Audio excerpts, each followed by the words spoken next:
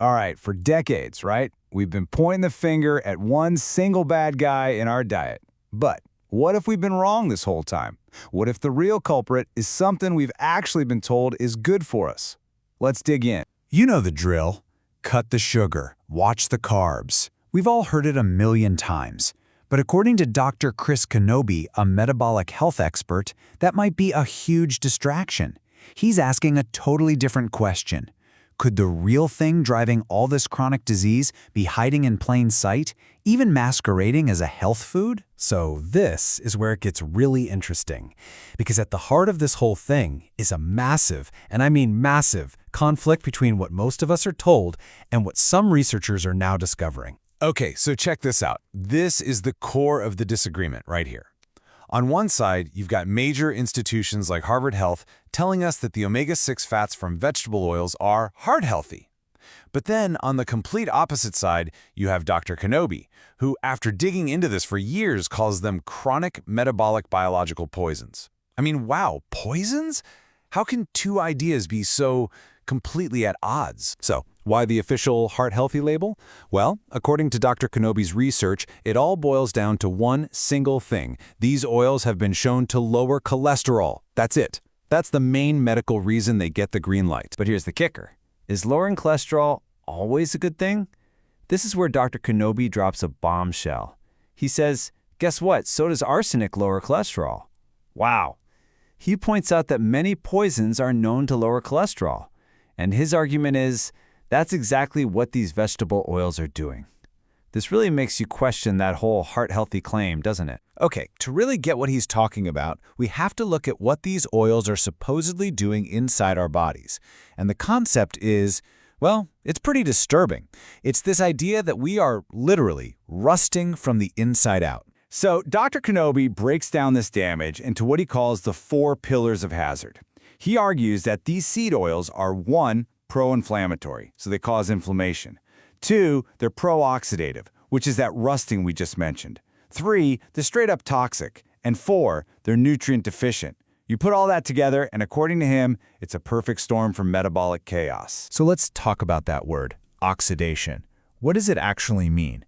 Well, think about a piece of metal left out in the rain. That rust you see, that's oxidation. The argument here is that the unstable fats in these seed oils are super prone to doing that exact same thing, rusting, but inside your body. And when that happens, it creates all this junk that can lead to inflammation and plaque building up in your arteries. And if that rusting idea isn't sticking, this quote from a Japanese researcher, Dr. Tetsumori Yamashima, will make it impossible to forget. He says, it's like you're rusting inside, and it's rusting your brain. Your brain!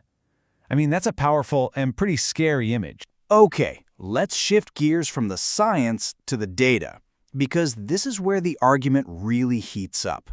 This is what Dr. Kenobi points to as the smoking gun. The evidence zeroes in on a 65-year window in the U.S., from 1922 to 1987. Now, what's fascinating is that during this whole time, sugar intake, it barely budged. It stayed surprisingly flat. But something else in the American diet absolutely exploded. Just look at these numbers. It's wild. Between 1922 and 1987, sugar consumption went up by just 5%, a tiny bump. But seed oil consumption, it shot up by 605%. The argument being made is pretty clear. If you're hunting for the single biggest dietary change in modern history, you're looking right at it. So what happened to our health during that exact same period? Well, when you lay the data on top, you see that U.S. obesity rates went through the roof, up 532%. Dr. Kenobi's point is that this massive increase in obesity tracks almost perfectly with the explosion in seed oils, not that little bump in sugar. And if you think that's shocking, hold on. The data for diabetes is even more jaw-dropping. In that same time frame, diabetes rates skyrocketed by an incredible 2,800%.